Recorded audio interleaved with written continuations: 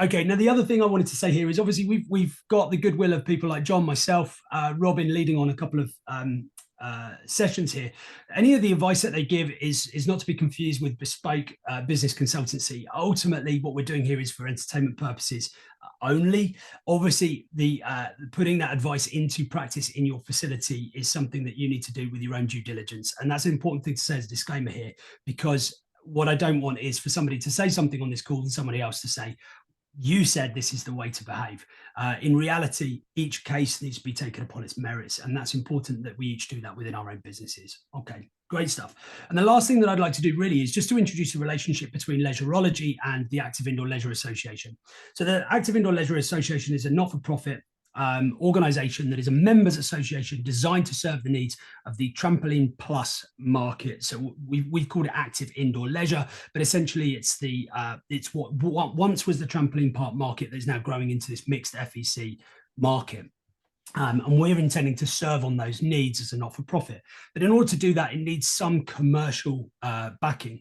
So my company, Leisurology, which provides business consultancy, will be providing the support that the Active Indoor Leisure Association needs, and I will be putting as much content as I can out for free through the Active Indoor Leisure Association. So if you're a member of the Active Indoor Leisure Association, or like this, which is open to non-members, you can join and we'll just give you as much content as we can for free. And that's how we're going to prop up the value of the Active Indoor Leisure Association, along with a number of other partners who have offered discounts on their products, services, and that keeps growing. Those conversations being had as we speak.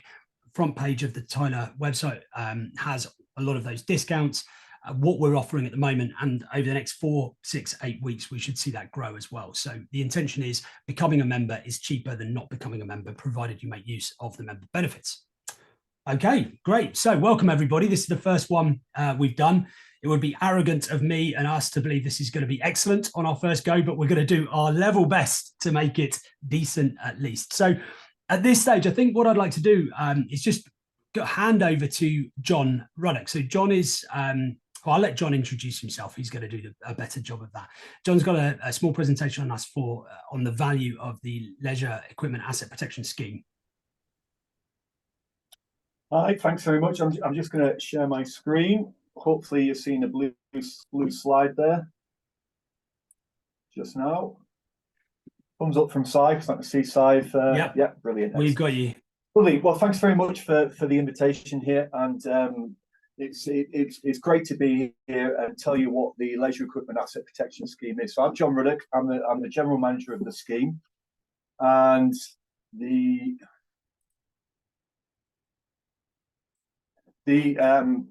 scheme was incorporated back in 2021 after an approach by BALPA. So BALPA is a similar trade association to yourselves. So BALPA is the British Association of Leisure Parks, Piers and Attractions. They wanted more competition in the marketplace. They wanted to take safety to a different level. So they approached my sister company, which is a company called Finch Consulting. Finch is an award-winning business which has a 30-year history operating across many different sectors, including the leisure industry. They are experts where health and safety meets engineering and are pretty much leaders in the UK field there. They're composed of professional engineers, health and safety experts, chartered professionals who provide consulting and expert witness services to the courts to assist with compliance, reputation, productivity, enforcement, and litigation risks. But importantly, Leaps is an independent company from Finch Consulting. So me as general manager, I have complete autonomy on awarding of certification, so that there's no bias that can bleed into Leaps from any of their clients. That said, there's a wealth of experience, knowledge, health and safety expertise that I can tap into for any Leaps clients that should require it. Leaps provides a service where I believe there is a need within the leisure industry to help raise standards, reduce risks and accidents.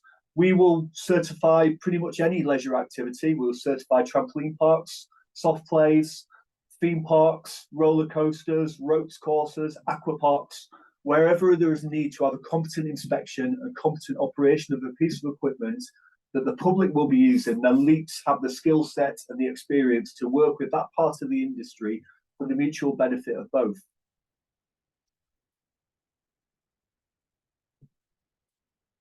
So what we have here is our safe availability triangle. So this is where we feel we add value, something that nobody else is quite doing at the moment. So there's 3 areas to this. The first is statutory inspection. So that's your annual inspection. That's somebody who's probably independent from your organisation that comes in once a year and validates what is going on, checks all the safety critical parts of your park, and ensures that it's safe to use for the coming year. That probably goes on now at the moment anyway. The second part is the competent inspection and maintenance regime. So what we're talking about here is the day-to-day use, the internal daily, weekly, monthly regime of checks, inspections and maintenance, the real kind of nitty-gritty business of keeping that leisure attraction safe. Your inspector might come in 1 or 2, but the rest of the time the operator is ensuring that park is safe. And also the third part of this is the competent operation and management of each leisure provider. So this is through a series of checks and balances with an assessment made of the competence to operate. So this is kind of the leaps innovation. We believe that if we bring these 3 areas into the independent annual certification of a device or an equipment or a park, whatever it may be, then this will have the effect of reducing the risk of having an accident, allowing for the park to be managed in a better way, which will have the consequence of your park being, things being available for longer, less time spent out of service, better cohesion between your engineering side or your maintenance side and your operations. And the annual certification and leads will independently certify that all 3 of these areas are safe for public use. And what this also does is it provides a strong defendable position should it be required by a park operator. So because what we're doing here is you've got a professional scheme that has independently come in and validated what you're doing. It might not be a case of us improving what you're doing, because you could be already a star at what you're doing and know your own stuff. But what this is externally validates what you are doing to provide that defendable position should you require it. Let's focus a little bit about how it's going to work for TAILA then, because we have different scheme operating procedures depending on different parts of the industry. We have a separate one for high ropes courses, another one for theme parks, for instance, because that's a different kind of standard that they're held to. But the annual assurance will very much, for the Active Indoor Leisure Association, be focused around your standard. So that BSEN 23659. This will be on a virtual basis, so it will be me with an authorised person from your organisation going through evidence-based over what you've done over the last year. So we might pick a month, for example, November, and we'll say, okay, can I see your training records for November? Can I see your dailies, your weeklies, your monthlies for that month? Can I have a look at your emergency evacuation plans? All the things that the standard says. We will just go through and externally validate what you're doing there. We will then certify you to that standard, and that will last for 12 months. The other point of this as well, you need to use a LEAP certified inspection body. So if you're currently using an inspection body that hasn't joined, then please encourage them to apply. And what we will do then is we will apply rigor over them, and we will check them. We will verify them, we will interview them, we will assure them within the scheme, and we will also monitor the work that they're doing. So we're carrying out that due diligence on your behalf to ensure that inspection body is competent in what they're doing.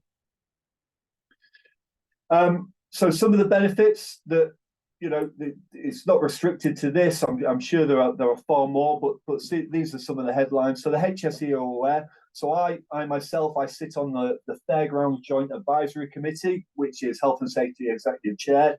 And you might think, what's Fairgrounds got to do with FECs?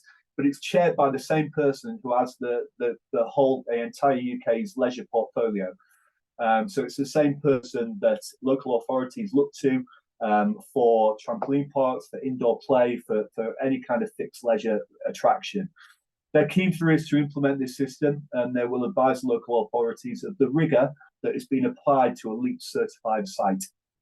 Speak to your insurers. I'll be happy to consult with them as well, so you understand what it is you have to do to become LEAP certified. So some of the wins that we've had in other parts of the industry, for instance, theme parks, we're launching a new part of the scheme for them, where we come in and we actually audit the site. That then gives them a discount through their insurers, because it's external validation of what they're doing.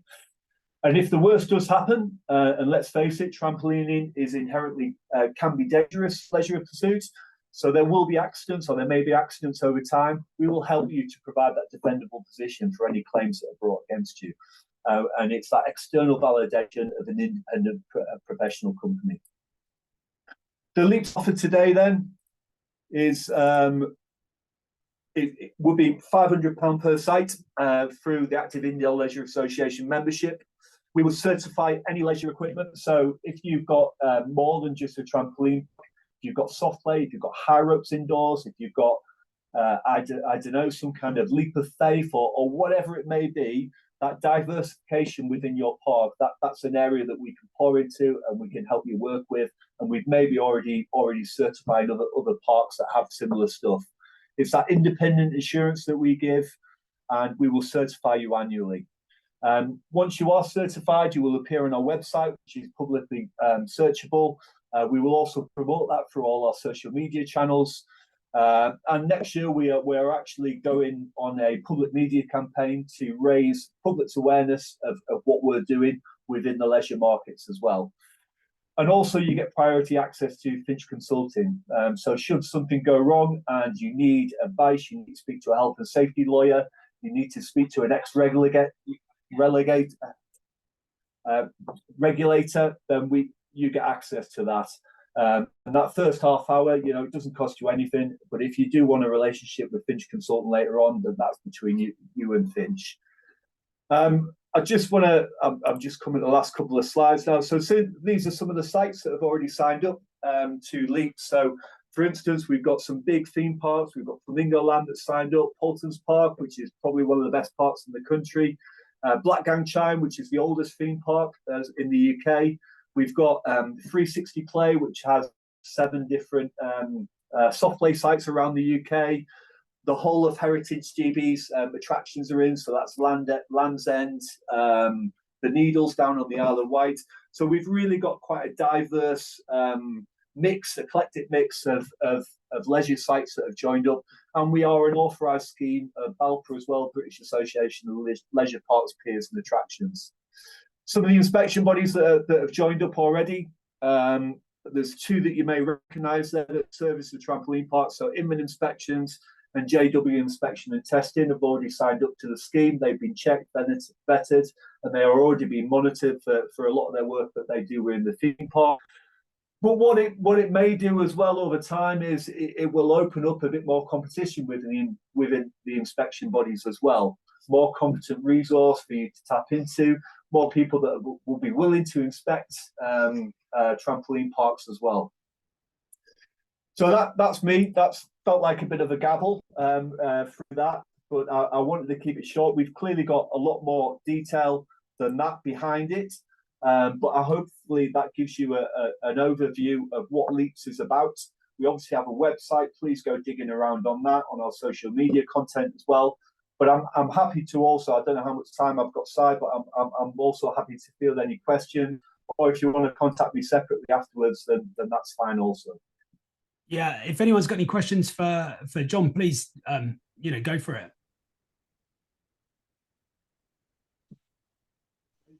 I've got a question, Simon. Adam, hi, how you doing? Hi, Simon. Hi, John. Thanks for that. John, just on that, what you discussed there, which is all that's brilliant, to be honest, with what's been set out. One thing, just as a sort of going back over old ground, when we had the pads created and a number of sort of hoops were jumped through to get the pads accreditation and have that acknowledgement of sort of ticking many boxes and being inspected by Dave, when we had that quite comprehensive inspection process.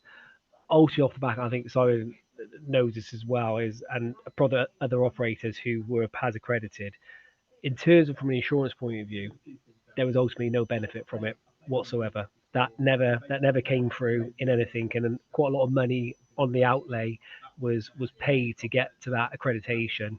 But ultimately, in the public domain, there was never really any acknowledgement of that and no financial benefit. And I'm not saying everything has to be a financial benefit, but having learned what we did from the PADS accreditation, going through the ISO accreditation, and what you're sort of saying, I think going forward for any of these sort of groups that come together, there does need to be some real clear benefit to operators in terms of what actual financial incentives there are to go through these processes. And at one point you made there is like, you may come into a site and inspect it, and you may go, to be fair, guys, you're doing things brilliantly, and I haven't actually really got any advisories for you, and you are operating as safely practically possible, which a number of operators will be doing that. There will be some who won't, but on that, I do think that is something that really does need to be sort of clearly defined in terms of what the sort of financial incentives and benefits are for becoming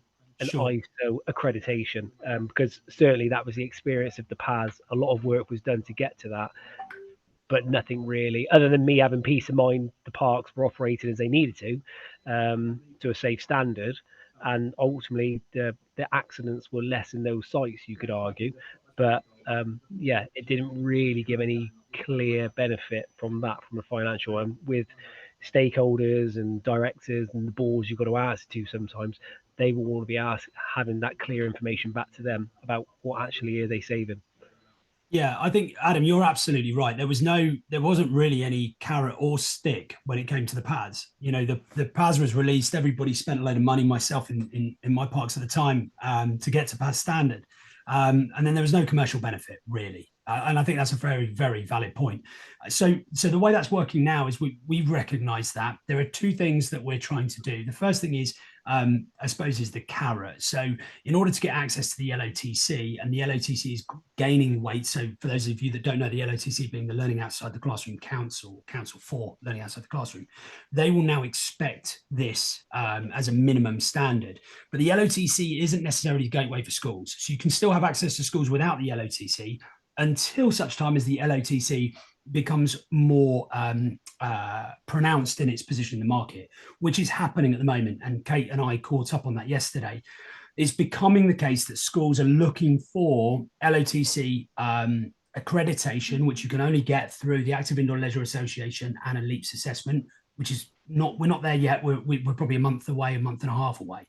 So that's the carrot. And there are other carrot benefits as well, including, you know, we're working with insurers trying to use this as a way to add security to the insurance market, so that if an insurer can see that, okay, they've had a LEAPS assessment, which is a much broader, much better recognized assessment, then there'll be a safer bet. Now, that's a bit of an unknown. As you know, the insurance market is a law unto itself, and so we can't bank on that. So the other side of that is the stick. What's the stick? So myself, I mean, John's very close with, and I also have met with David, who leads with the HSE on this particularly. Now they're meeting, John, you can correct me if I'm wrong, but they're meeting in January with their environmental health practitioners. So these are the people that will be enforcing bodies in the parks in and around the UK.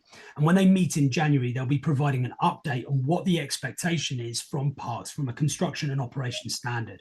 So I've had a conversation with him already, and we are now supplying him with the information from the ISO, which is the minimum standard of expectation, or the PAS. So if your park was built after the PAS was released, but before the ISO was released, then you'll only be expected to meet the construction standards of the PAS. And if it was built after the ISO, then you'll be expected to meet construction from the ISO and operation from the ISO. We will all, as operators, be expected to meet the ISO standard in terms of operation, because it's the most recent document and the PAS has been made redundant as a result. So there is a phase coming, and it's coming in early 2024, where we will see environmental health practitioners being given guidance on, this is what you will be looking for when you go into a park. Now, if you've got the LEAPS standard, if you've done the assessment to LEAPS, then that is a ticket you can wave and say, well, we've been assessed to that standard. We were assessed on this date. We're assessed annually to the standard. The standard you've come to assess to is the standard we're assessed to, and that will all fall in line. And that's the stick side of this. If you don't meet that standard, then the aim of the game here is to be able to give environmental health practitioners ability to put in improvement notices, to be able to say, well, they don't meet the standards that are available in the market today, and this is how we can provide that improvement notice without concern for, you know, counterclaims or whatever it may be, because we know that's what councils are worried about. You know, they say you have to close that piece of equipment, it doesn't meet the standard. If you make, but they're worried about doing that because a claim could be made against them. And I think that's the experience that certainly I've seen in talking with some of the inspection bodies who have been consulted upon by environmental health practitioners. So that's where it is at the moment. Now, look, I realise this is a long road. John, perhaps if you've got anything to add there, you could add. But I think that kind of is where we are.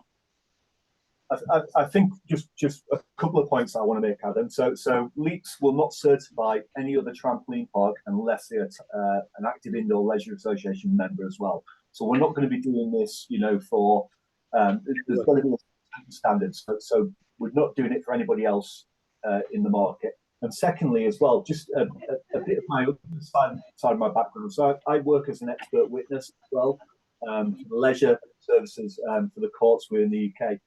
And if somebody like me, if you God forbid you do have an accident, because that risk is there, somebody like me comes in and, you know, go through in a fine-tooth comb about what's going on. That takes so much time on your behalf to collate that information, to, you know, provide that stuff for me. What LEAPS will do is, right, here you go, bang, it's all there, it's all in one place straight away. So it stops any kind of work, and the time that it takes to just collate all that information gives you a really strong defendable position from the outset. So maybe that's something that you can use with your board as well. Now I know QBE, one of the largest underwriters in the world, doesn't underwrite at the moment for trampoline parks in the UK. But they are, I'm not going to say they have yet, but they are likely within the next month or so to give discounts to theme parks that are LEAPS accredited. So I'm not far away from this. Now, if a big underwriter like that is starting to do it for LEAPS, it might take a few years within the trampoline market. But if we can show, like we have in the theme parks, that we've added value and we've reduced risk, then that's when we go to the insurers, underwriters, and say, look, I am proving my worth here. This association that I've got with the Active Indoor Leisure Association and LEAPS, you know, I've got the evidence here that I am reducing my risk, and that's what we've done. That's exactly what we've done with the theme parks. We've got a 2-year history now. We've got that operational history, and we've gone to QBE, who's the biggest underwriter for theme parks, and said, right, now look at us. They said, yeah, okay, you are doing what you're saying, and we are with. Yeah, I can't say that they have done it yet because they haven't, but we are later this year. They are hoping to announce that fact. Yeah, and I think it's worth noting as well that you know, Cliff, who's not on the call with us, Cliff Nichols from Jump Extreme, and Neil did an incredible job through early 2023 of canvassing underwriters, trying to find out what the appetite was to take on trampoline parks, and there is no appetite at the moment. And so we have to recognise that we need to find the first domino. What can we do to increase confidence in the market? This is really the only way. We can't see another way forwards unless it's to put a scheme in place that we can all get behind and say, actually, this separates good from bad. We have the ISO, the standard. We can put a stick in place and say, you know, look, if you're not compliant, EHOs are going to come down and they will look at your park and they'll look at whether or not you're achieving on those standards. They're going to make things a little bit more difficult for you if you're not compliant. But I think ultimately we need to have something that people are motivated to take part in that has tangible value. And Adam, I'm in the same boat as you. You know that we've been through this together over the last 5 years and not really been able to realize any benefit. I mean, the IATP put in $140,000 to get the PAS written, and it really didn't do, I don't think, a great deal, not commercially. And that's made even worse when you find out that, you know, injuring people in trampoline parks, in certain trampoline parks, actually had a commercial benefit when it ended up in the news, which is just absurd to me. But it's a statement on exposure in psychology, and that no news apparently is bad news. So it is what it is. But look, we're working in that direction, and you need to make an informed decision for your facilities whether or not you think this is the route to go down. You may choose not to be an early adopter, but I know some people will be early adopters, and those are the people that will help to move this scheme forwards. And hopefully, as it gains traction, and you see the benefits from the early adopters, you'll jump on board at some stage. But it's not ours to convince you to spend great deals of money to get there. It's ours only to provide you with what we believe are the benefits in the long term, and try to manifest more of those benefits as we go. So we'll see how we get on. Any other questions for John at this stage? No, okay, right. Well, if no one minds, I'll crack on with my session. So I'm doing a session today. I wanted to try and add as much value as I possibly could. I'm going to try and keep it to 20, 25 minutes, but I'm known for going over that time. So my apologies now to those of you that might end up listening for longer than you need to. This session is about, I'll share my screen. This session is about creating profitable products. And the reason I'm doing this session is because while I'm sure that I'll be teaching people to suck eggs here, there are a number of very, very established operators on this call, people who really know what they're doing. There are mistakes that I see even the best operators making, some of the biggest operators in the market. So we're going to just roll through. Can I just check? Can everybody give me a little thumbs up? Tell me you can see the first slide there. There we go. All right, great stuff. Okay, so this is an interactive session to start with, so you can unmute for a moment, and I'm going to ask you a quick question. The first thing, this is a coffee shop. This is one of the world's best coffee shops. How much would you guys pay for a cup of coffee here? £3. Say again? £3. Three quid from Adam. Yeah. Any higher? I mean, it's £3.50 for a small Costa nowadays. I reckon that's better than Costa. £4.10. Oh, $4.10. Thank you, Ben. Appreciate it. Yeah, Ben's a coffee connoisseur, so I totally get it. Right, next question. How much for a cup of coffee here? £1.20. Okay, all right. So today's session is going to be about demystifying. I know that we can all intuitively choose to pay less in the second coffee venue. We're going to demystify this, and we're going to add a framework to how we create products that sell. So the first thing is, what's our aim? What we want to do is create profitable products that attract more customers and make those customers worth more to us. That's the aim. And it doesn't really matter whether you're a supplier on the call, so whether you're Robin or whether you're Greg. This is about creating products that sell. So in other words, we need to achieve a desirable margin. That's how we retain profit. We need to increase customer acquisition. So that's our new business. And we need to increase the lifetime value, or better, the lifetime gross profit of those customers, by making them worth more to us. And I'm going to start with a little story and an example. We've got Tom on the call. Tom and I used to work at a place called Snowzone, which, if you're not in the UK, is the UK's leading indoor snow slope. They've got a couple, 2 or 3 sites in the UK. And for 14 years, they delivered this session called Bears and Cubs, which was a mixed age, mixed ability groups session they delivered to young children. You booked single sessions. There was a discount for multiple bookings, if I remember correctly. There was no fixed schedule, and as a result, instructors were assigned randomly. So it would be different instructors at different times teaching your children how to ski, right? To illustrate what happened is we changed the product. We changed it from this Bears and Cubs model to something called Snow Academy. Now, bearing in mind, Bears and Cubs and the way that kids were taught had been going for 14 years at this stage. After 14 years, we put in a product called Snow Academy. And as the name suggests, it was a term length academy model, same age and ability groups, full-term bookings. There was no discount for multiple bookings. You booked for the period. And because of the way it works, you had the same instructor delivering sessions for the full term. Now, the net result for the learner, for the business, is that after 14 years in a single season, children's revenue for lessons tripled, 3 times the revenue. But it took 14 years to see that the customer needs weren't being met. And it was only after we went through this exploration that we realized there were multiple benefits beyond this to the business. But the key thing here is there were multiple benefits to the end user. That's the primary customer and the secondary customer, the child and their parents. Here are some of the additional benefits we got by making these changes, and I'll talk about the changes in a moment. So we had cash up front with a full-term commitment. If a customer couldn't make it to a session, they couldn't make it to a session, but they knew that they were missing that session. That was known. It serves customer needs at a much higher level because parents wanted their children to learn to ski. They didn't want their children to be entertained for an hour in a lesson that didn't serve them, that didn't help them. We attracted more customers as a result. Retention increased because the product was much stickier, and particularly because they bought for a term, but at the end of a term, they might still be ready to move up to the next level that was available to them, and they would go into the next group. Secondary spend increased customer lifetime value increased, and then there were a group of a load of community and network benefits that came out the back of it. Now, the trampoline park market is very much a pay-to-play market, and we don't necessarily produce sticky products. And we're gonna look at how we produce better products that can increase revenue, and we're going to do that by initially redefining leisure products.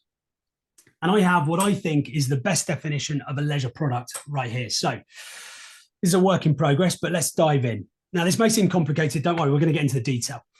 These are services, substances, articles, or access, often wrapped in an offer, which should be transacted through an exchange of guarantees in which consumer surplus is optimized. This is my new definition, or what I think is a better definition of leisure products. And I'm going to get into a little bit of detail and explain this. So don't worry if you're a little bit lost. We'll go through that now. Let's break it down. The first thing is services, substances, articles, or access. Now, this is a bit of a catch-all for the thing that you are selling. Okay, so we're going to use the example of a golf club.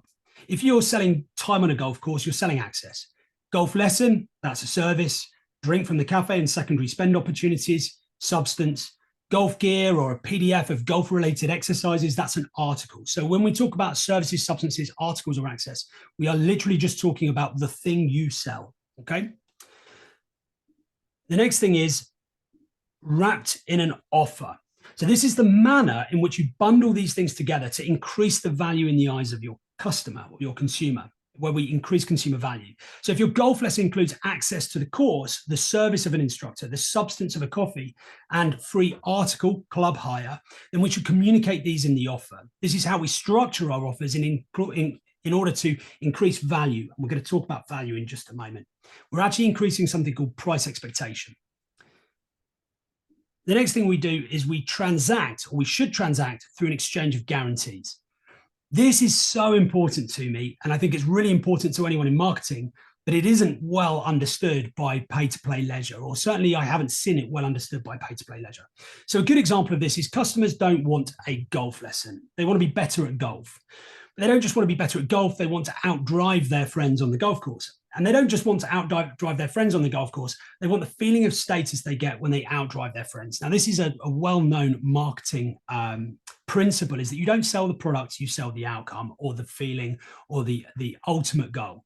But many leisure businesses don't provide any guarantees. And if they did, they'd understand their failings better. And I'm going to explain that in more detail just now, actually. Let's just go into it. I spoke to a few leisure facilities recently and I said, what do you guarantee your customers? And the answers that I got back were, the first one was to entertain their children. And the problem with that is if your guarantee is to entertain children, then you're now competing with products like Netflix, which you don't have to drive to. You hit a button on a remote and it costs you £9 a month. Now that is a difficult place to compete. Another leisure facility said they were treating their kids. It was a treat for the kids. Well, if you define yourselves as a treat for the kids, you're actually limiting repeat visitation. You're saying you're going to come to us every so often, but you won't come to us often. If you're a fun day out or an activity, then you end up on a rotation with all other activities. You know, an hour here is worth an hour there. It's today we're at the cinema, tomorrow we're down at the play park, and then we'll go to the trampoline park. And so you end up on this rotation. And so the guarantee is how we actually serve our customers' needs in order to ensure that they book us over everybody else. And the last thing is in which consumer surplus is optimized. Now, this is a fancy word for value, but this is where we really need to pay a bit of attention. Okay, so a consumer surplus is created when the expected price or price expectation exceeds price reality. And the gap, the delta between the two, is value or consumer surplus. So when a customer trades with us and we exchange our guarantee for their money, we should always be optimizing to increase the delta between price expectation and price reality. In other words, they should think it is worth much more than they pay for it. And there are two ways to achieve this. You can either increase price expectation or you decrease price reality, otherwise known as discounts.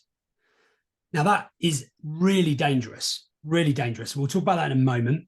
This is a reference to our previous slide.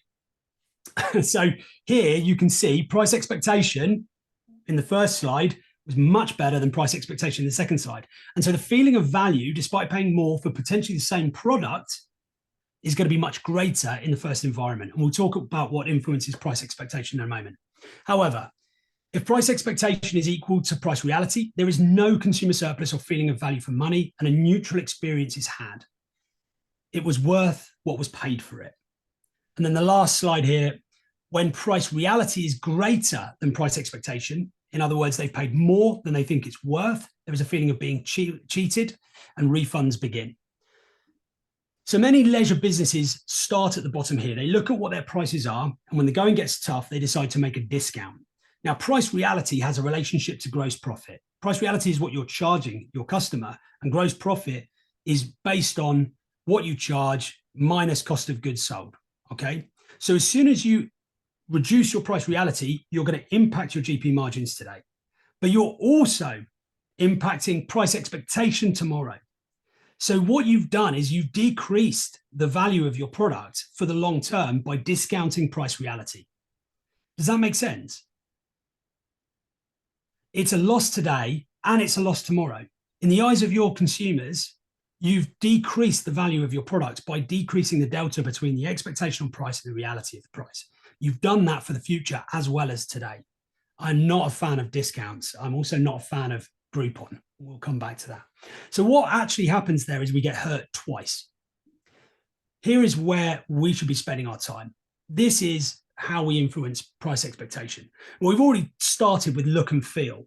So when we looked at the two different cafes, we already began by looking at, well, why does one cafe define a higher price or demand a higher price than the other one?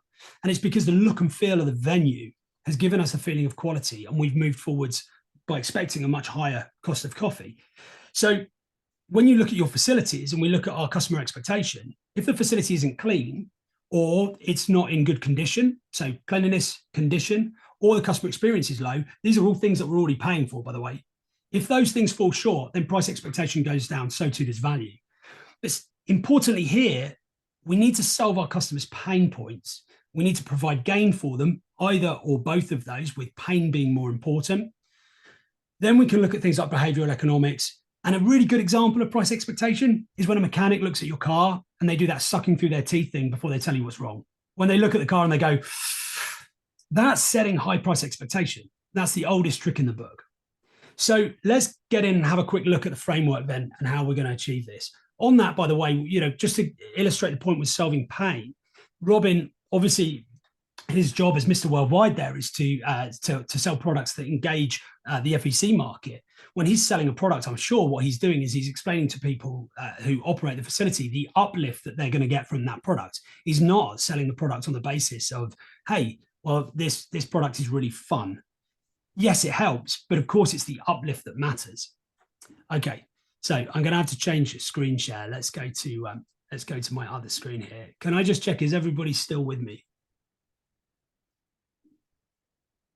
I've got a few thumbs up there. Okay, so this is the product creation pathway. This is how people normally create their products. Can you all see that?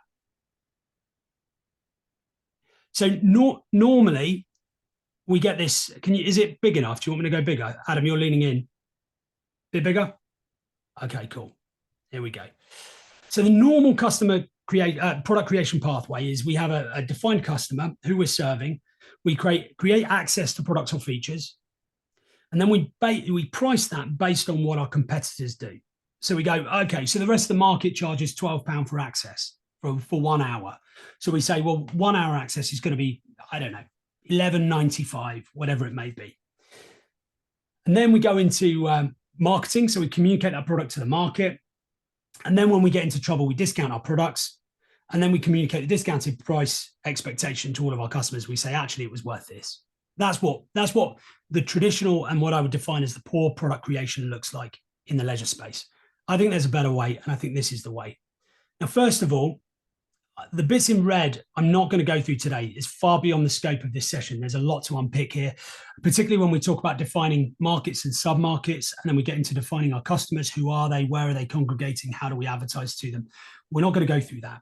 But the one thing I will say is when we define our market and our sub-market, the first question we should be asking at this point is, what guarantee are we providing? Because that helps us to understand where we sit. Like the Netflix model, like it's a treat model, like we entertain the kids with an hour of leisure.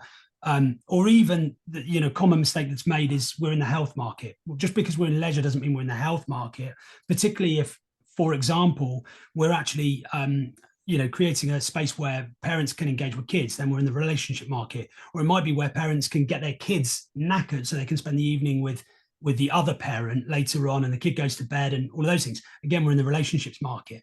So be careful about defining which market you're actually in.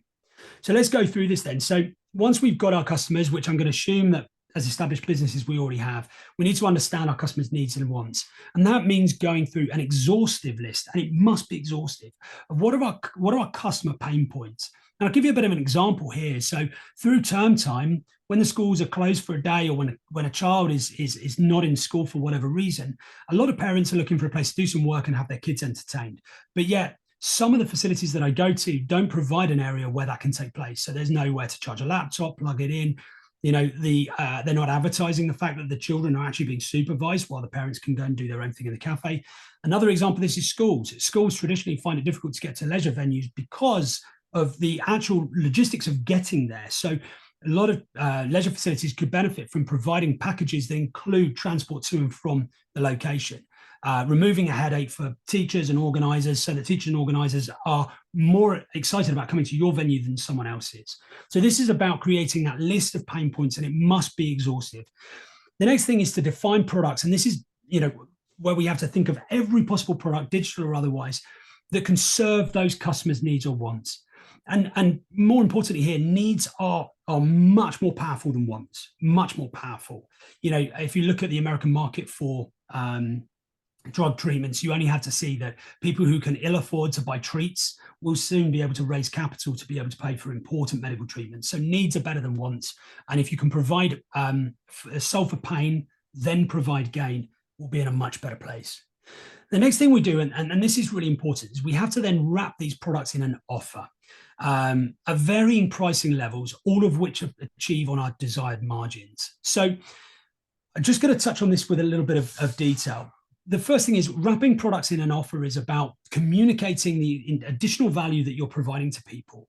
And some of that value may be on a marginal cost of reproduction. So when you provide products that serve your customers, it might be that you're providing, safety briefings. These are important things. You could do them as a training session done online, all of those kind of things. Marginal cost of reproduction, create it once, deliver it many times. The same for any other training for kids that might engage them. It might be PDF documents, all of those kind of things. Marginal cost of reproduction, but they add value when stacked for the customer. The next thing we can do then is to create various ladders of those offers. Now, this matters. The reason it matters, and Apple are brilliant at this, is it creates a value ladder where you can see high-priced, high-value offers all the way down to low-priced, lower-value offers. And what I see a lot with our leisure operators is they say, well, 85% of our customers trade with us at £14 an hour for access to the facility, which is about right. But what they don't realize is that 85% of their customer base is comfortable trading with you at that value and might be comfortable trading with you at 16, 18, 20, 25 pounds. And what's not available to them is a ladder of products that they can scale up now that you've created trust between you and them. And so you've created a product ceiling. We see this a lot with parties. One of the quickest ways to increase revenue in parties is to create a party that is 10x the value of your party that you're currently selling, and then work backwards from there. As long as you can serve on that value, then there will be people who may buy that. If your most expensive party is £300, or I don't know, let's say it's £20 per head, let's say. If that's your most expensive party, how do you know that your entire client base wouldn't be spending £25 per party if you just had the products that served on their needs? And so that's called a product ceiling. So when you wrap your products in an offer, the goal is to add levels of offers for them so that you give people trading opportunities that serve them at higher levels, achieve on solving greater pain points for them, and gives them the opportunity to trade with you at higher values. And then the next thing, of course, is to name that product. Naming the product really matters. And to go back to the Snow Academy example, Bears and Cubs didn't explain what it did for kids, right? Snow Academy explains what it does for kids. And when you're marketing a product, knowing that what it serves, what the product serves on what needs it serves, really matters in the name. And I'll give you another good example. Free Jump. Free Jump, in my humble opinion, is a terrible name for a product, because it doesn't actually explain what it does. The next thing is about pricing. And again, this is back to free jump, is try to then move to avoiding commoditized pricing structures. So free jump for 1 hour is heavily commoditized, because what you're saying is we're exchanging 1 hour of access for this amount of money. And so the consumer can compare that to 1 hour or 2 hours or 3 hours elsewhere.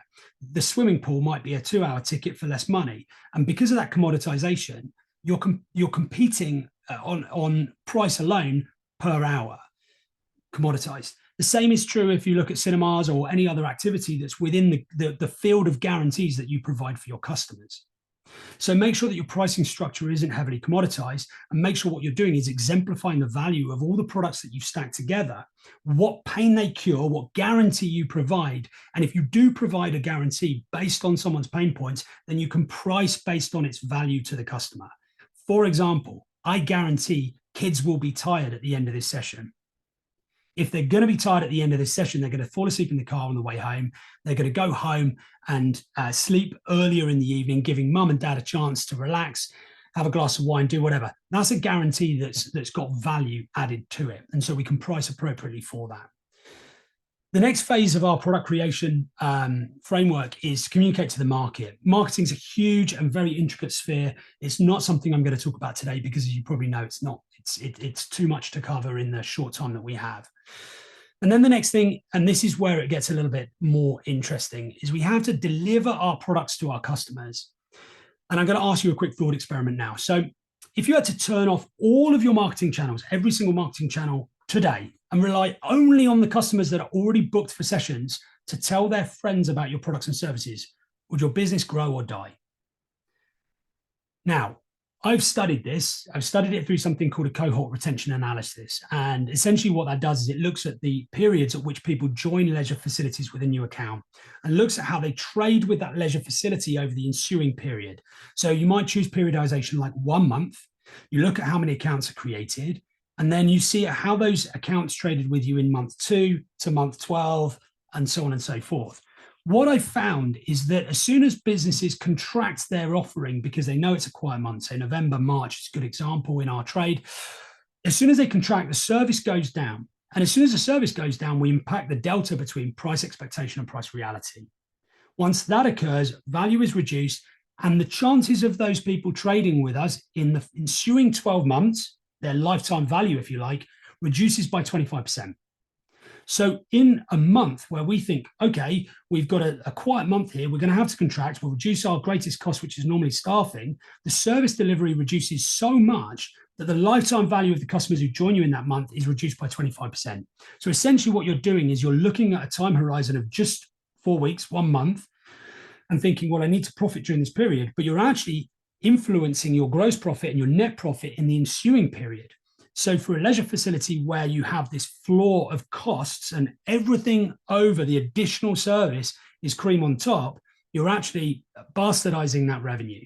Because in the months where you know you're going to be in profit, well above the floor, those people that came in the quiet months are 25% less likely to return during those months. So you're not getting the cream on top. And that's something for you to analyze in your own business.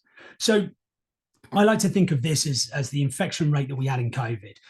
When you delivered your product or your service, what was the quality of the delivery? Was it so much that you can expect all those customers to go away and tell all of their friends and all of their friends, and the network effect or the infection rate is so strong that those customers are all going to talk to each other and bring their friends back within a short period of time and you will grow? Or is it likely that it will be neutral? One person tells one person, neutral experience, or is it likely they're going to tell people, negative stuff and not come back?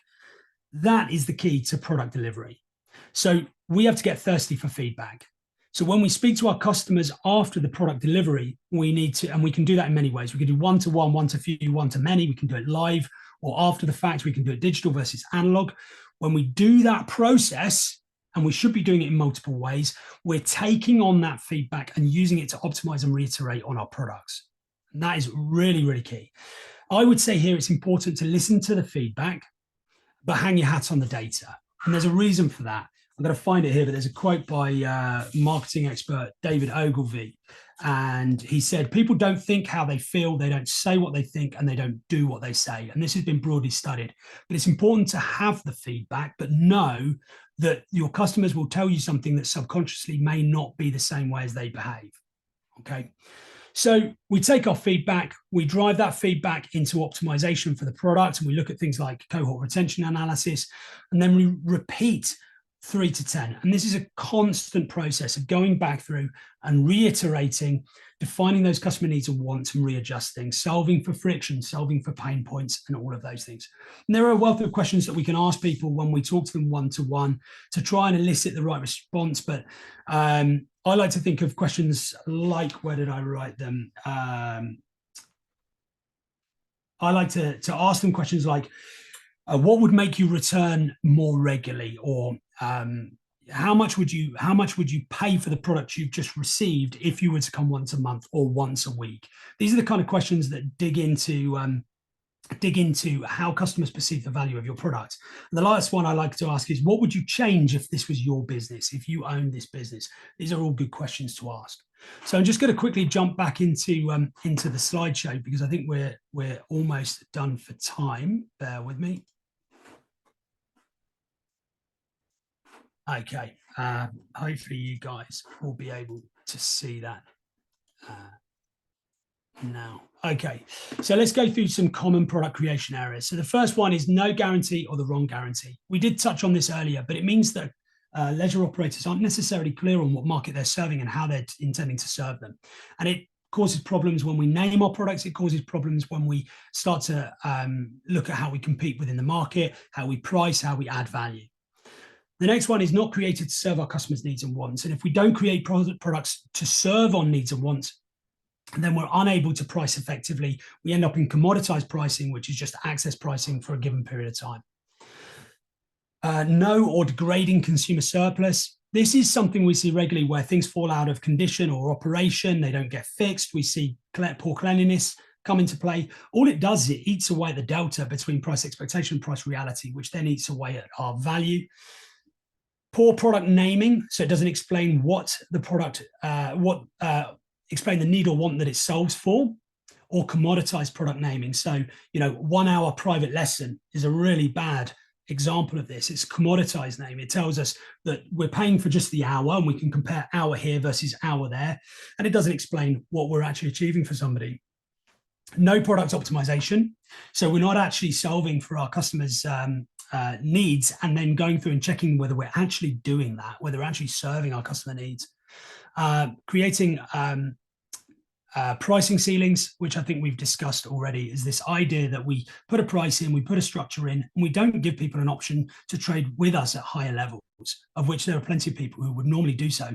If we've optimized our product and we're actually serving them, then there's a good chance that they will serve at much higher levels.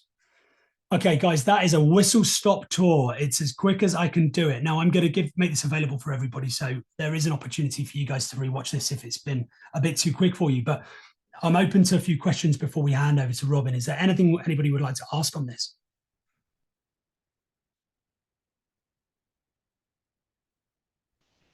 No, thanks, Simon. Great stuff. Okay, cool. So I'll make that available to everybody, maybe clean it up so that you guys can have a copy of the product creation framework. And then again, if you need me, just reach out and we'll have a conversation if you've got any questions. So I'm going to hand over to Robin at this stage. Robin, take it away. Hello, everybody. So I am Robin Mills of Rugged Interactive. Wait, you can see my screen, can't you? What's going on here? Why is it not? It was working. There you go. There you go. Right. See my screen now? Is it sharing? Is it working? Yep, can see it. Yeah. Perfect. So yeah, we are Rugged Interactive, and I hope that name says it all. Are you happy with that name, Simon? Rugged Interactive. We make rugged interactive technologies for venues. Yeah. I think it's an outstanding name. Yeah, it's Brilliant. worthy of Dragon's Den. Perfect. In case you didn't know, we were on Dragon's Day a long time ago, but that's a story for another day. Yeah, power of gamification. I'm probably going to spend 15 minutes. I'm going to whip through the not so exciting stuff and slow down a little bit on the more interesting stuff. But yeah, feel free to stop me if you've got any questions. But there will be some question time at the end if anyone does have any. I'm basically going to cover what gamification is, gamification in our day-to-day lives, gamification in our venues, what it can do to help. I'm going to throw in a couple of quick case studies at the end, and then there will also be some questions as well. So, Rugged Interactive, we make all sorts of products based in the UK, down in Cornwall in the southwest. Everything's manufactured over here. Trampoline parks are one of our biggest sectors. We do a lot of stuff in soft plays, FECs. We also have another arm of the business that focuses on schools, rehabilitation centres, elite gyms, hospitals, and other interesting, nicey stuff, which is helping people recover, learn, etc., and not just for people that own trampoline parks wanting our products to try and get more people in through the door, really. And me, that's a photo of me clearly thinking about how amazing gamification is, but my role is the global sales manager for Active Fun. So I don't get involved in any of the hospital rehabilitation stuff, because a lot of the stuff that people talk about in the industry is well above my head. I'm much better off talking about the fun stuff in trampoline parks. We have a team of sales guys that sort of manage different areas of the world, and we regularly get together and do all these different shows. And I'm sure you guys may or may not have seen us. I know a lot of the guys on the call have unfortunately had to meet me at some point in the past, and probably will have the misfortune of meeting me again in the future. So yeah, so basically Rugged Interactive is all about gamification. It's one of the reasons why I wanted to join Rugged, because I love gamification, I love sport, I'm ridiculously competitive. And the funny thing about this is my life outside of Rugged is very much led by gamification as well. And I'm going to explain this to you a little bit over the next few slides. I'm sure a lot of you people will be able to relate about this. So I'm going to start straight up with Fitbit, Apple Watch. Yeah, I've got one. A lot of people I know have got one. The weird thing about this watch is it's the sort of thing that gets me walking around the house at 11:01 p.m. just to make sure that I've stood for 14 hours a day. The negative to that is I can also see how little my parents haven't moved around their house, or how fewer steps they've done. So it does have its negative effects, but generally quite a good bit of kit. Starbucks loyalty card, repeat purchases, absolutely perfect when you're taking customers out for coffee. Definitely I do definitely make sure that all the free coffees I get is spent on other customers and not on myself. Something a little bit different, Lidl scratch card. Now, I don't know if any of you guys know about this, but I discovered it the other day, and it is an absolute game changer. And what I decided to do was get a few screenshots from the Lidl app, so I could sort of share them with you. And the first thing I did was tap the app. This is what it popped up with.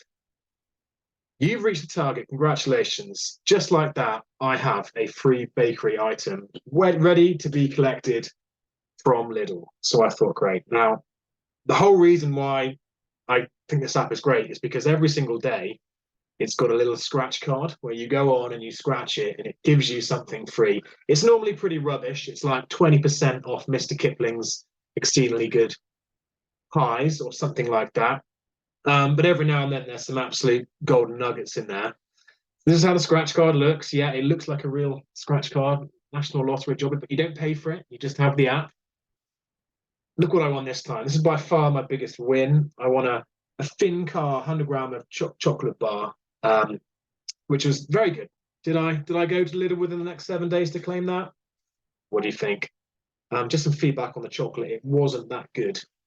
So I won't be spending the 50% voucher that I got on the next bar of chocolate on yesterday's scratch card. And just one other that potentially some of the younger people is Snapchat. I don't know how many of you guys have got Snapchat. I don't actually have it anymore because it was quite addictive.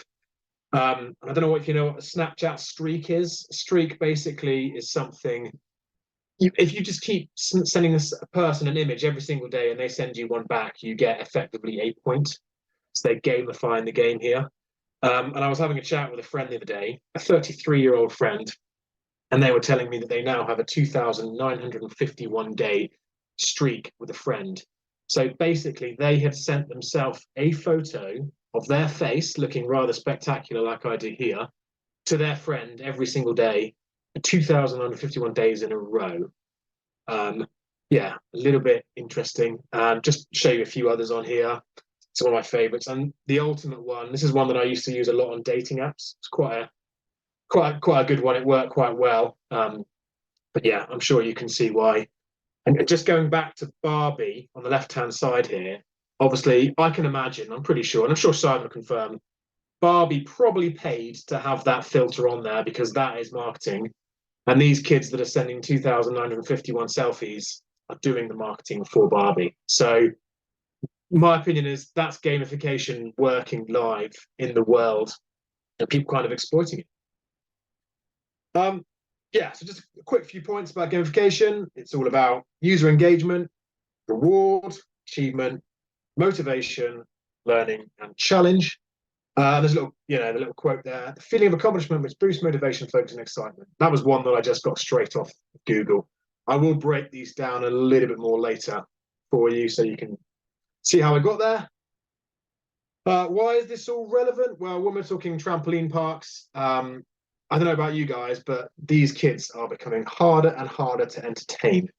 So is gamification the perfect solution? I don't know. I know when I was a kid, the simplest of things entertained me. But now it seems almost impossible to keep a kid entertained for more than about a minute. You have to come up with new things, new ideas all the time. And one of the bad things is these screens. I've got a lot of friends that just give their kid a screen and just say, go and play a load of games and stuff, which is, sort of good, but I would say probably has more of a negative effect. And in my opinion, I would say about 95% of kids enjoy gamification in some way, shape, or form. You get some that don't; they're not really into it. They like other things, and I'll cover that a little bit later on. What does this mean for you? Now, I know we've got a lot of suppliers on this call as well as venue owners, and these are pretty key points that you guys will know. But making your venue more exciting is becoming more and more difficult each year. People are constantly having to change, new ideas, competitors, and what they're doing. I feel gamification is what kids want. And I also now feel that gamification is what kids expect. It's what I expect, really, as well. So, why are we trying to stop the kids from getting bored? Well, I just decided to jump on Google. And this is what I do before I visit a site. I'll get on Google, I'll have a little read of all the negative reviews and just kind of figure out the key points. There's generally a trending line out there. Apologies if these are of any of your sites. I don't think they are. I don't think I've chosen anyone that's on the call for these. These are just ones that I knew had issues in the past, potentially. So my 10-year-old got bored and we left after about 20 minutes. So going back to Simon's, how much are they keen to spend theory, what are they going to tell their friends? Well, that's probably what Martin's going to tell his friend. Is Martin's friend going to want to go there? Probably not. Really disappointed compared to other bounce places. I know this is a killer. It isn't anywhere near as good as Flip Out or Air Hop. So if someone's reading your reviews, that's them marketing other brands on your reviews. Now, I know a lot of people aren't as much of a loser as me, but if I ever buy anything, I often spend 10 minutes reading reviews. I try and find the worst ones. I get rid of the ones that are more than sort of a year old because I think that's old news. And I really try and dig in and have a look at what people are saying, although that's getting more and more hard with Amazon and all their fake reviews these days. Not a lot to do down here, Rich Blackmore. And then this one was brilliant. So this is Debbie. Took my son and friends for his birthday treat. I was extremely disappointed. Lots of basic trampolines, no dodgeball, no basketball nets, an average bounce for the phone into the phone pit. The ninja course was closed for the first 20 minutes and then closed again after. I really wish we'd gone somewhere else. My advice, if you want to go trampolining, choose another place. And I'm assuming a lot of people also know that eventually lots of bad reviews on a site can ultimately lead to this. That's income going down, by the way. That was the best graph I could find. Sort of things. Reputation going down as well, potentially. So what I'm going to do is I'm going to give you a few quick examples. I'm not going to teach you guys to suck eggs or anything, because I know most of you guys on the call are experts, you know about this. But I'm just going to show you a few things. Some of the sites a few of you may recognise as well. This is one of my favourite trampoline parks in the whole of Bristol. This is actually Air Hop. Adam is on the call. So yeah, just making an area that was completely dead before into something a bit more exciting. And actually, this is interesting because Simon was saying something earlier on about pain points. Myself and other company, I know Big Airbag and are on the call as well. Very much about what a lot of things we do as well is also kind of a little bit about pain. So I know earlier on you said, Simon, you're probably not thinking about that, but if I can go into a venue and figure out which areas of their venue cause the biggest pain point for them and remove that, as well as potentially adding better capacity, making it be safer, more hygienic, and so on, I can. That's what I would like to do. So it's kind of a win-win then for people. So this was a 30-meter climbing wall. That's 30 meters worth of foam there, 30 by 4 meters. I hate to think how much that costs. I hate to think how many forgotten children are in the bottom of this foam pit. But basically, what we really turn this into is an interactive climbing wall on the left-hand side, an interactive area spread court on the right. So different gamification, different skills for the kids: throwing, catching, aiming. This is sort of climbing, core stability, that sort of thing there. Another one, once again, foam pit out, dead space, something else in. This park had 3 other foam pits in it as well. So, you know, gives you an idea, putting something a bit different in. This was one of those lovely runway ball slidey things in a soft play centre. Apparently they were having a nightmare with the bearings. They were breaking all the time and they're kind of falling off and not quite hitting kids, but nearly hitting kids. So took the whole lot out, put an interactive climbing wall in. This is going back to another air hop site, just because I know that they absolutely love this and they love to put multiple products in. But yeah, before standard basketball hoops, kids throw and score a point, which is gamification. That is great. It does work. And one of the reasons why in America it works very well. One of the downsides to this in the UK is kids don't really understand basketball, and if the park isn't that exciting, they tend to do things that they shouldn't do because they get a little bit bored. So by adding some gamification to lights, sounds, generally you create a bit more of energy around the attraction. You end up with cues, and then kids are sort of much less likely to sort of to cause chaos. And of course, there's obviously some non-rugged examples as well. So this is Valo Motion. I know James is on the call here as well. We end up spending a lot of time working on very similar projects, all corners of the world. But another really great product here is gamification on a trampoline bed. It's the Valo Motion Valo Jump. Right, correct me if I'm wrong, but I'm pretty sure that's the Valo Jump. We've also got the electric go-karts. This is quite a big thing in the US. It's quite expensive to do, though. This is a big change, big game changer, really, eating into other markets as well. Very key. And then I'll cue another really bad photo of me. Some potentially other interesting gamification games, more for an older demographic. So this is sort of a shuffleboard. And I know a lot of trampoline park owners are sort of investing in different venues altogether. And a lot of people are asking me lots of questions about that as well and how it's effective and how it works. But yeah, it's all kind of leads back to the same thing: gamification.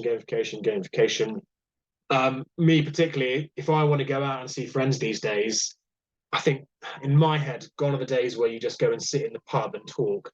Now I want to go and sit in a pub and talk and do something else, whether that's play some sort of game, darts, interactive darts, something like that. And it looks like a lot of my friends are sort of doing the same thing. They're thinking the same thing because they're coming at me with these exact same suggestions.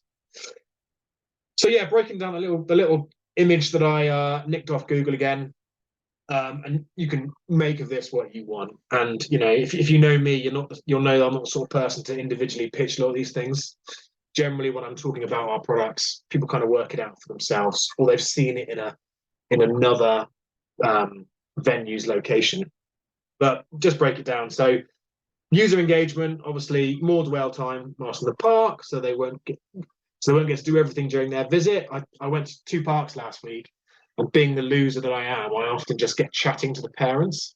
And one parent didn't want to talk to me because she basically said, we haven't got enough time to get around everything. Which was great. So I then went and spoke to her later on and found out that she'll be coming back next week, which I then promptly went and told the manager. So, well, here, win for me. Getting a score encourages repeat play to reach the top of the leaderboard. So leaderboards are a key thing. We have some products that have leaderboards and some that don't, depending on how they work. We generally find they're both equally as successful with each other. I know that the Velomotion stuff, they also have leaderboards, into-game competitions between parks. That's a really good way of driving revenue. Obviously, that links into achievement. People want to come back again. It's that feeling of accomplishment. I know at the start of the talk, I said that not all kids are into that. You do find kids that just aren't into those things, but they will be into something different. They will be into an airbag or a zip line or something else like that, which links into the adrenaline rush, which you also get from those products. That makes them want to play again and again. And then the feeling of learning a new skill, and that can be highly motivating. I don't know about you, but when I was learning to drive, I got so frustrated. And then eventually when I got it and I wasn't hitting every other curb, it actually felt really, really good. So you get that as well. And then the knock-on effects of that is, if it's going to work, yeah. Reviews. So once again, these may be from some of the venues of the people that are on the site, so you may recognize them. Just highlight the key bits here. More than just a room full of trampolines. That's quite a key point, actually, because I still do meet people out in the world and they say, well, what do you do for a living? And I say, well, I spend my life dealing with products in trampoline parks. And they say, oh, I've never been a fan of trampolining. And then I say, well, hey, wait. That's where this game is changing. Trampoline parks are not all about trampolines. The new venue is completely different. Lots more to do now for the older kids as well as the younger kids. So once again, that's potentially asking future customers questions. If I was reading about a venue, I would see that and think, wow, there's something for everyone.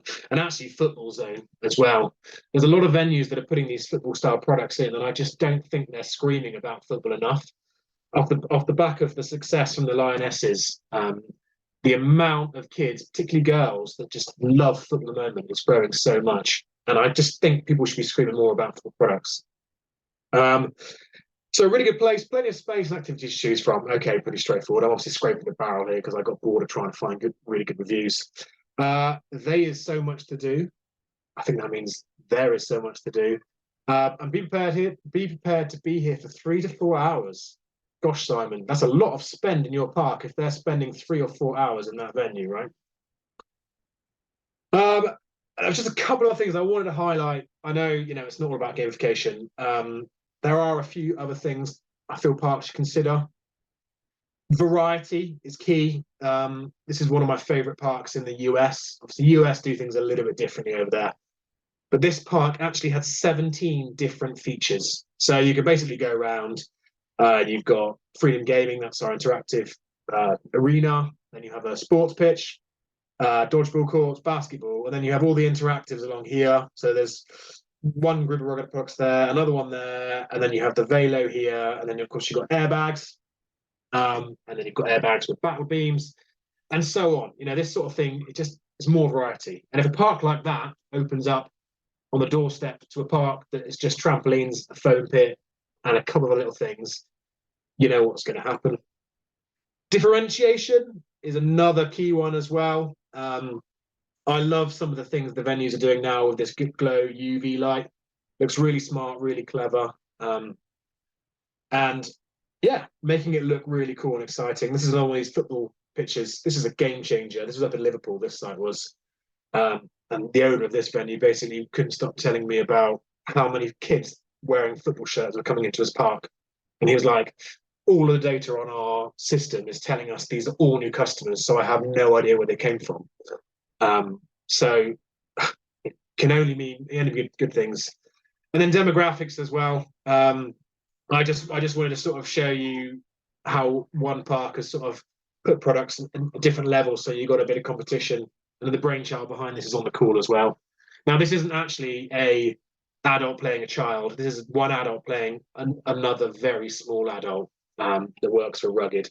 But just goes to show that even if you are 4'8", you still can get involved, and even the small, tiny kids love the gamification. So yeah, and then also getting quite smart with other events. This, in my head, was going to be a massive failure. This is a soft play session for adults. But if you speak to the owners of this venue, which is also not too far from Bristol, they will tell you that not only did they have 5 fully booked nights for this in a year that made them a lot of money, they were also reaching a load of people that didn't realise that such an amazing soft play centre was on their doorstep. And I think the figure was something like 40% of those people that visited then revisited with kids in the future. Now that is an amazing achievement, really. Okay, they might have had to clean up a bit of alcohol and maybe some sick in some areas upstairs, not on the soft play frame, but you know, in the long run, I think it probably worked out okay for them. So, you know, just different demographics as well. Just a couple of case studies here. Now this is super extreme. This is what's happening here is really extreme. This is probably the 3rd or 4th time I've seen this happen. It's not really happened much in the UK. But what this effectively is this was a giant trampoline park with a couple of features. I mean, it's really not that amazing. It's just a huge trampoline bed, 3 trampolines and a foam pit, and a ninja course. This is probably where you get the reviews that sound a little bit like, we got bored after 20 minutes doing along sort of thing. So what this customer wanted to do is they had several boxes to tick, actually. One of them being another key point in this conversation that we've had today is about insurance. They had a monster insurance, and this actually reduced that insurance bill by 90%. So removing that many trampolines, in fact, they've removed all the trampolines, they were able to lower their bill by 90%, or so I believe. That's the figure that I was told a week before they opened.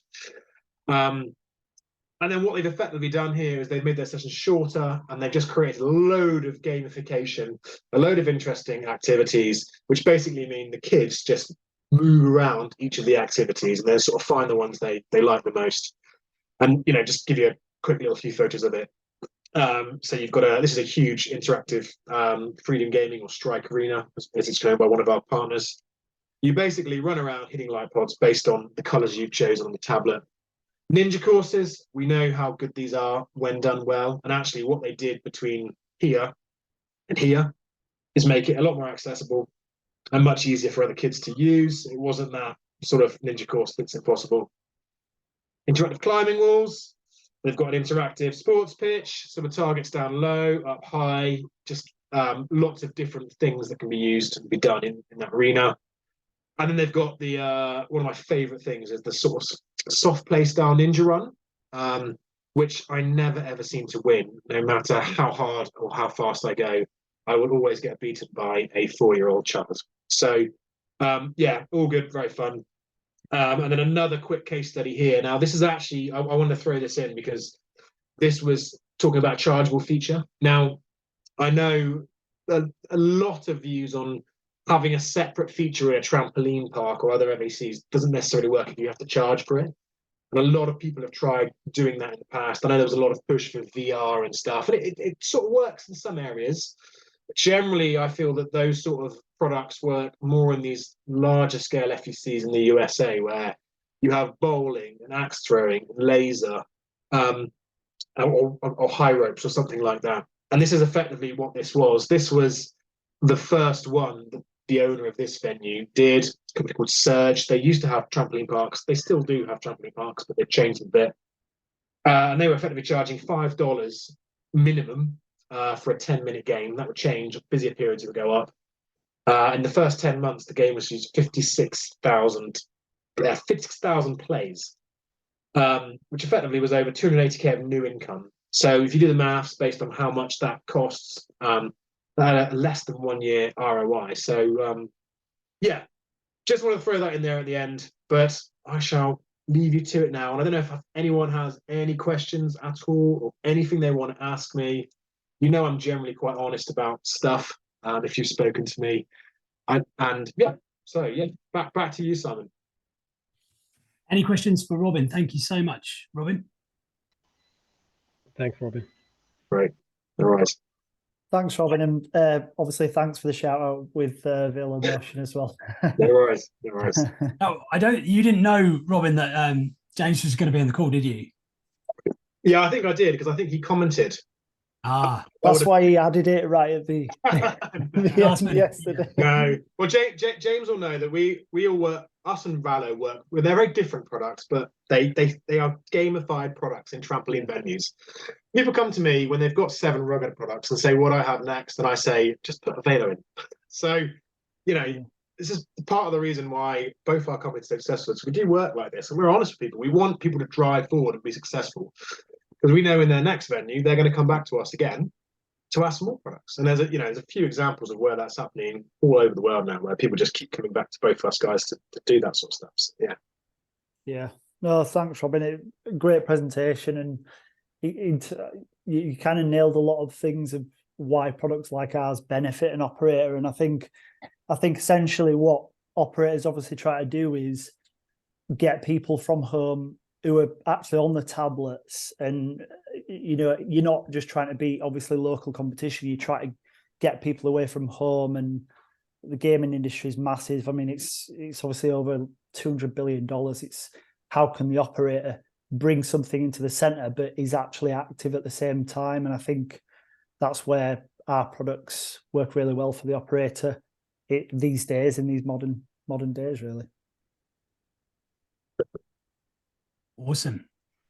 Well, thank you so much, everybody. Just very quickly, I know that that people are dropping out of the call because we are still testing the length. I think about an hour and a half is probably about where we need to be. But do bear in mind, for those of you that missed it, this is the very first one, and as you probably can tell, I'm ever so keen to add value by bringing in really 3 star players. I'm including myself in that, of course, but no, bringing in people like Robin and John to be able to add value in the way that they have today. So at the moment, is there anything else, any other business that anybody wants to discuss? We've been light on the networking side and the chat side, but we've been pretty heavy on the presentation side. We may need to address that balance going forwards. But is there anything anybody wants to discuss at this stage, any pain points that they're struggling with or want to go through before we start to draw the call to a close? Can I ask a better question out there? Yeah, go ahead, Jonathan. It's a little bit off the topic, but it's something that's new to our industry, and that's the combination of obviously FEC activities with restaurant with alcohol. How have you guys, in your experience, dealt with something like that, parents or drinking and the activities? I might not be the right person to answer that question. I've not operated with alcohol and that mix. Has anyone on the call done that or had exposure to people that have? We do as sort of zero tolerance for it. We don't allow alcohol mixing with our clientele, but that's just us. Yeah, Adam, I mean, we were the same. I think there is definitely a model out there for these bars that include axe throwing. It obviously occurs. It's something that people have managed to risk assess. I've not actually been to one, so I probably can't speak to how that's risk assessed. Has anyone been and seen how they manage it? I mean, I would say I've been to a lot of these sportainment venues. I think it massively varies depending on which country you're in. I know when you go to one of the UK and axe throwing aside, well, axe throwing is the main. That's the dangerous one. Darts, I know it seems quite dangerous to have darts, but it doesn't seem to be too crazy. But I know in the UK, very much they will not let any alcohol near axe throwing, and you're not allowed to drink any alcohol in that premises before you pick up an axe.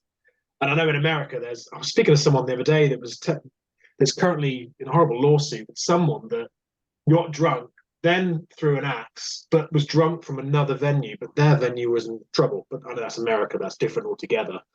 I mean, I know I touched upon alcohol in my video, and that's linked to soft plays. There are very few soft play centres out there have alcohol licenses, but it's something that's sort of sneaking in as people are looking to try and get different demographic into their park, opening up different times of day, that sort of thing.